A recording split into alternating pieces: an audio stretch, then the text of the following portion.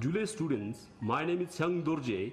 Today we will discuss the second chapter of partnership firm, that is the admission of a firm. Before we start our topic, first I would like to tell you what the reconstitution of partnership firm is. Reconstitution of partnership firm. Reconstitution of partnership firm means whenever there is any change in the existing agreement, that is partnership deed, which we made at the time of formation of a partnership firm, is called reconstitution of partnership firm. This is the definition of reconstitution of partnership firm. Partnership is the result of agreement.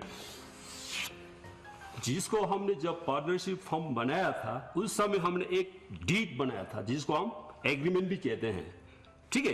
And any change in the existing agreement जो हमने बनाया, एक deed बनाया, उसमें कोई भी change आता है, change in the sense profit sharing ratio होगा, या इसी तरह कोई पार्टनर रिटायर होता है, डेथ होता है, तो उस समय क्या होता है, हमारे जो भी हमने जो पहले जो हमने ये एग्रीमेंट बनाया तो वो खत्म हो जाता है, फिर हमें दोबारा एक एग्रीमेंट बनाना पड़ता है जिसको हम कहते हैं रिकंस्टिट्यूशन ऑफ पार्टनरशिप फर्म, ठीक है, of any partner will result in the reconstitution of the partnership firm. जब भी कोई भी चेंज होता हो पार्टनरशिप में तो हमें दोबारा वो पार्टनरशिप को दोबारा बनाना पड़ता है, इसको हम रिकंस्टिट्यूशन ऑफ पार्टनरशिप कहते हैं.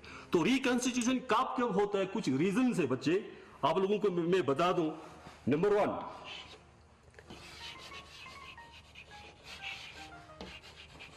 change in profit sharing ratio among the existing partners. जब भी जो प्रॉफिट शेयरिंग रेशो जो हमने पहले बनाया था कोई चेंजेस आता है, मान लो एक फर्म है जिसमें ए और बी मान लीजिए 2:1 में जो प्रॉफिट शेयरिंग कर रहा है, आप वो किसी वजह से इसको चेंज करना चाहते. ये तो था पहले वाला जो ऑल रेशो था. अभी जब ये ऑल रेशो मतलब किसी कारण हो सकता है जो पहले इन्होंने जो कैपिटल लगाया था बी और ए और बी ने, हो सकता है बी ने कम लगाया हो. अब इस बार बी ने जो अपने कैपिटल को इंक्रीज किया, अब बी बोलता है जो पहले ऑल रेशो है अब उसको चेंज कर गया, अभी हमें 1:1 बनाना पड़ेगा. तो इस तरह से जब भी चेंज होता है तो हमारा क्या जो ओल्ड एग्रीमेंट होता है वो चेंज हो जाता है और फिर हमें नया एग्रीमेंट बनाना पड़ता है, उसको हम कहते हैं रिकंस्टिट्यूट. दूसरा केस है बच्चों,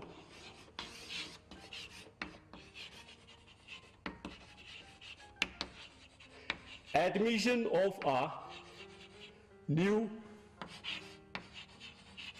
मैं इसको मिटा देता हूं,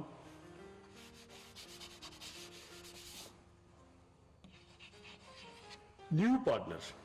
मान लो मैं एक एग्जांपल देता हूं, सपोज ए और बी का एक फर्म है जो पिछले कई सालों से अपना फर्म चलाते आ रहा है.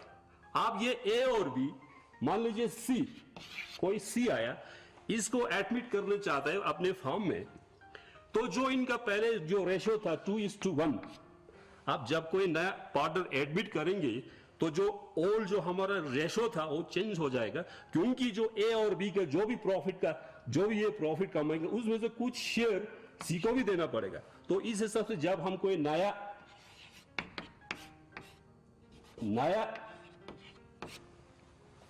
मतलब वो रेशो बनाएंगे तो जो पुराने जो रेशो है वो चेंज हो जाता है और फिर हमें नया रेशो बनाना पड़ता है. तब भी हमारा जो एग्रीमेंट होता है पहले वाला वो चेंज हो जाता है और रिकंस्टिट्यूट होता है. तो तीसरा रीजन है बच्चों, तीसरा रीजन है रिटायरमेंट ऑफ पार्टनर. मान लो ए बी और सी 3 पार्टनर से बी किसी वजह से वो रिटायर हो जाता है फर्म से, मान लो उसका हेल्थ ठीक नहीं रहता हो या और कोई भी मतलब वजह हो सकता है, तो जब ये बी रिटायर हो जाएगा, मान लो इनका पहले जो रेशो होंगे या ऐसे भी कुछ भी हो सकता है, रेशो ऐसे मतलब मैं एग्जांपल दे रहा हूं, तो जब बी जाएगा तो ये बी जाएगा, तो ये बी का जितने भी शेयर है वो ए और सी के बीच में मतलब शेयर करेंगे, तो इस मतलब इस हिसाब से उनको दोबारा ये रेशो बनाना पड़ेगा, उस तब भी रिकंस्टिट्यूट होता है। तो चौथा पॉइंट है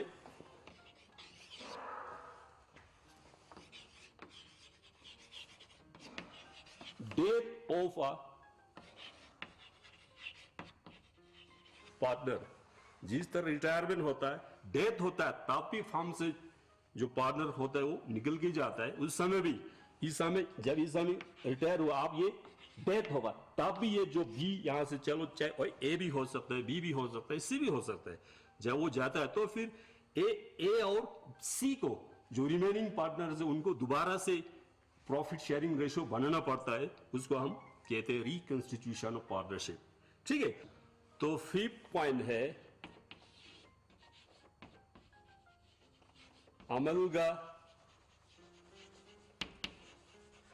amalgamation of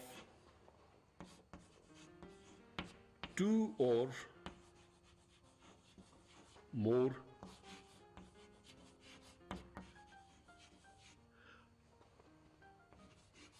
पार्टनरशिप फर्म।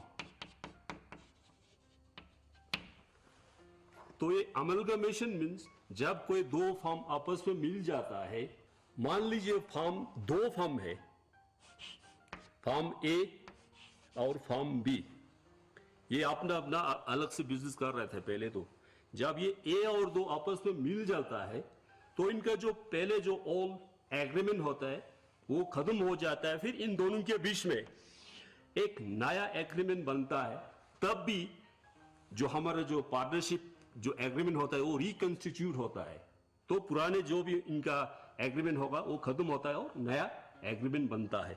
तो बच्चों ये साफ था, मतलब जो जो रीजंस थे जिस वजह से हमारा फर्म रिकंस्टिट्यूट होते थे, तो ये सारा था।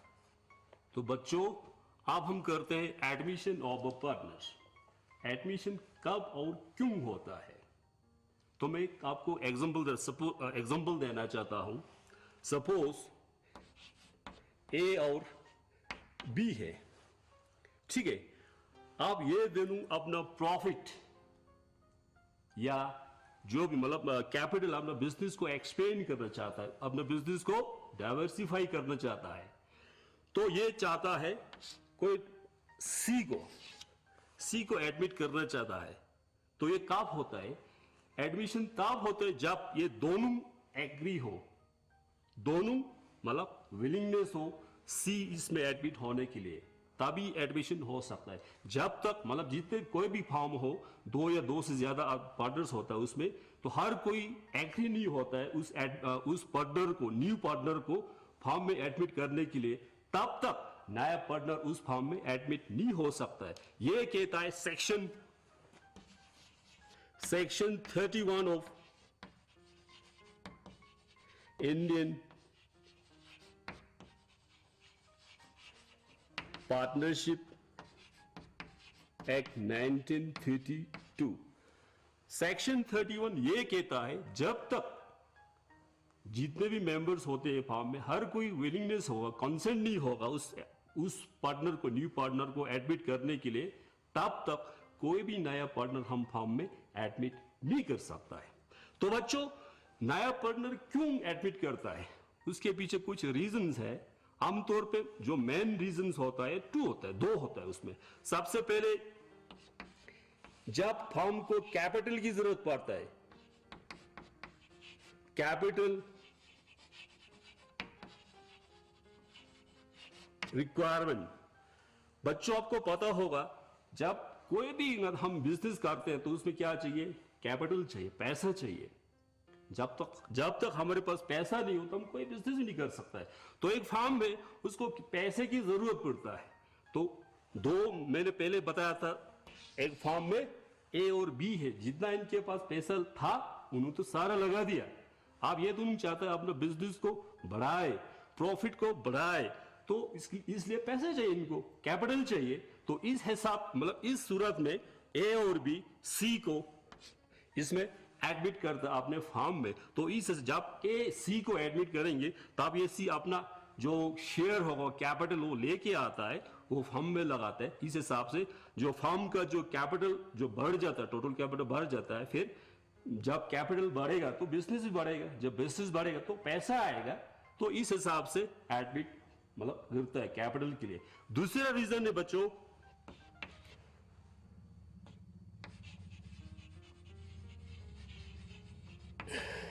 मैनेजरियल हेल्थ, और जिसको हम मैन पावर भी कह सकते हैं। ठीक है, आप दो पार्टनर हैं, मैंने पहले आपको बताया, मतलब ये दोनों कहां जाएंगे, जितना इन्होंने जो एफर्ट करना था सारा कर लिया। आप उनको और किसी मतलब किसी कोई थर्ड आदमी की जरूरत पड़ता है, तो उस समय भी उसको हेल्प करने के लिए तीसरा जो मैंने बताया जो नया पार्टनर सी को इसमें एडमिट करता है। अब ये एडमिट करने से क्या होता है, जो भी ये ए और बी का जितने वर्क लोड से वो रिड्यूस हो जाता है, तो उनका जो फार्म जो ठीक से चलता है। तो तीसरा भी और एक पॉइंट है जिसको हम बोलते हैं टू एंजॉय गुडविल। गुडविल क्या होता है बच्चों? गुडविल ऐसे तो हम किसी फार्म के रेपुटेशन को बोलते हैं। कोई फार्म मतलब कोई पिछले 10-15 साल से कम करते आ रहा है मार्केट में, तो मार्केट में उसका एक स्टेटस बनता है, रेपुटेशन बनता है, इमेज बनता है, एक अच्छा नाम बनता है, जिससे उनका जो प्रॉफिट जो है ज्यादा, नॉर्मल से ज्यादा प्रॉफिट ज्यादा बनता है, मतलब जिसको हम सुपर प्रॉफिट भी कहते हैं। तो क्या होता है, मतलब मान लो ए और बी है जो अपना बिजनेस बहुत प्रॉफिट कमा रहा है, ठीक है बच्चों। तो जब ये सी को एडमिट करेंगे तो ये ए और बी इतना भी बेवकूफ नहीं है, जितना आज तक पिछले 10-15 सालों से इन्होंने काम किया, आज ये लोग प्रॉफिट ठीक ठाक कमा रहा है, तो उस प्रॉफिट का शेयर सी को ऐसे ही दे दे। जो इन्होंने अभी तक जो स्ट्रगल किया, मेहनत किया, वो सी को कैसे देगा? तो जब ये सी आते समय एक पैसा लेके आता था जिसको हम कहते हैं कैपिटल लेके आते हैं, उसके साथ साथ और एक एक्स्ट्रा पैसा जिसको हम गुडविल कहते हैं वो भी लेके आता है। तो कुछ फर्म इस गुडविल को एंजॉय करने के लिए या नया पार्टनर को एडमिट कर सकता है। तो बच्चों, जब कोई नया पार्टनर फर्म में एडमिट होता है तो हमें कुछ चीजों का एडजस्टमेंट करना पड़ता है।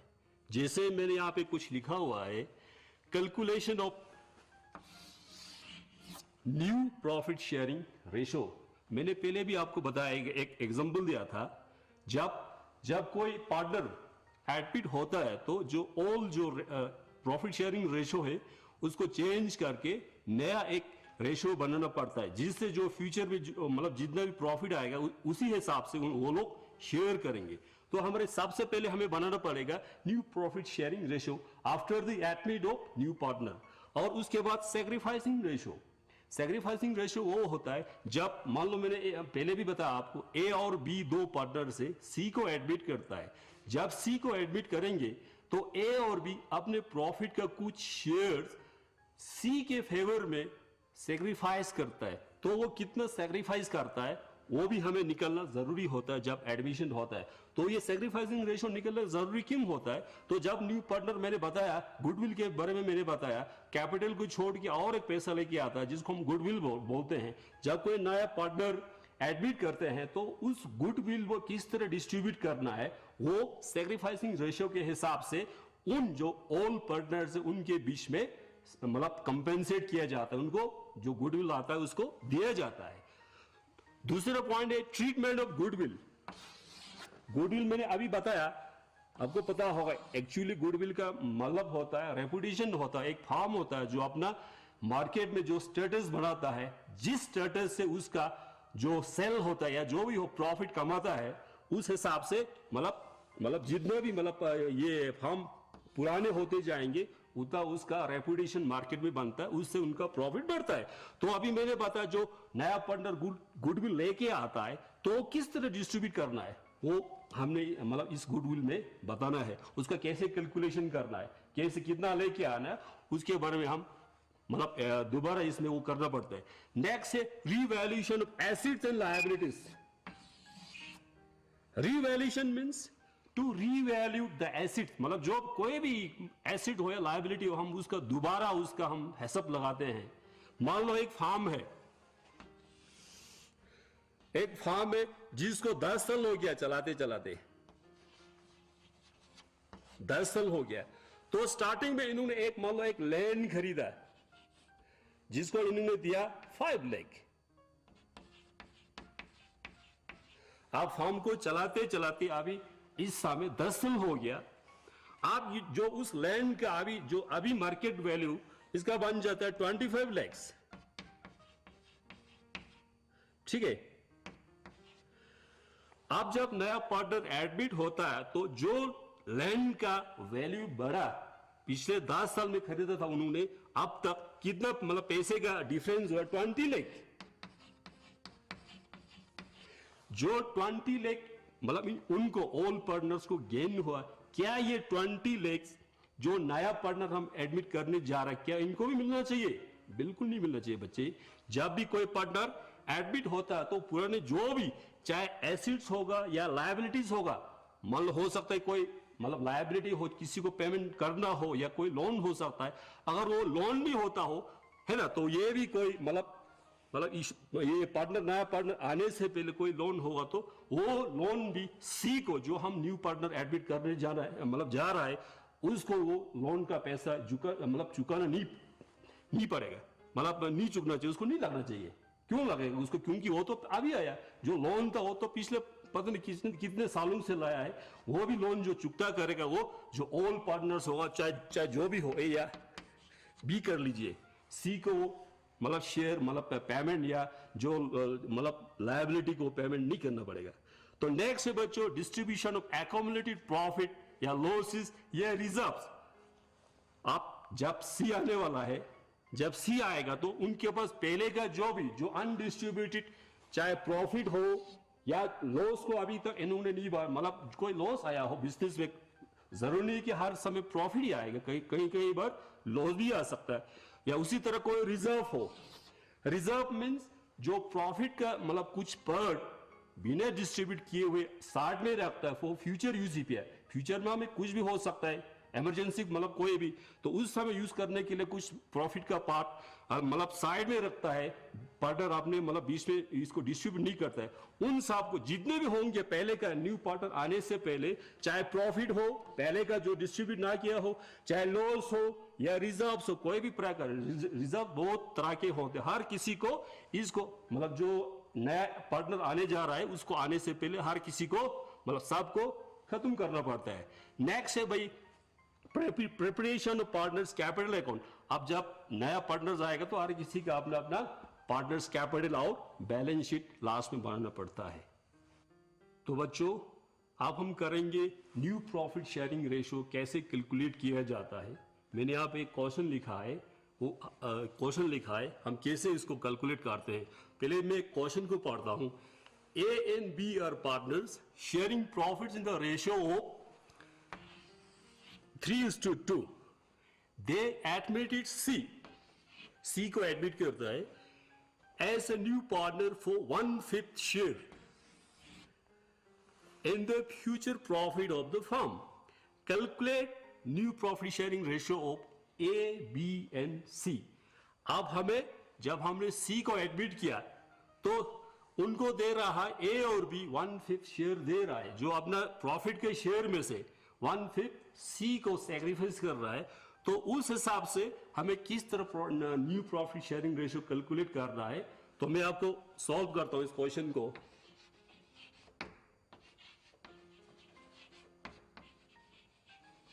पार्टनर्स हमारे पास कितना है, ए बी सी, फिर all ratio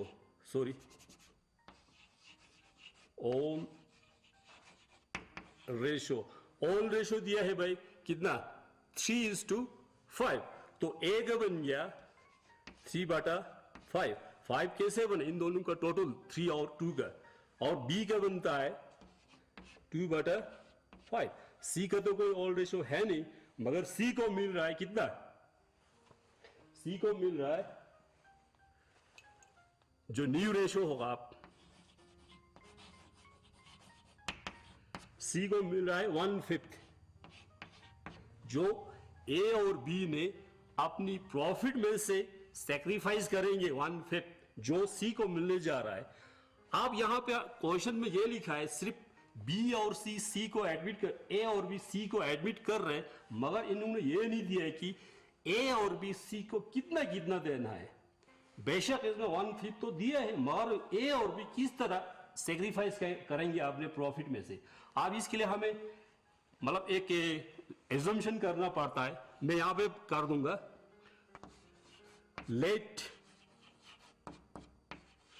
total profit of firm is equal to 1। ठीक है, हम मान लेते हैं फर्म का जो टोटल प्रॉफिट है 1 मानते हैं। तो इन्होंने सी को कितना दे रहा है, शेयर ऑफ सी को दे रहा है 1/5 दे रहा है। ए और बी सी को कितना दे रहा है, 1/5 दे रहा है। ठीक है, तो अब अभी जो ए और बी को कितना बचेगा,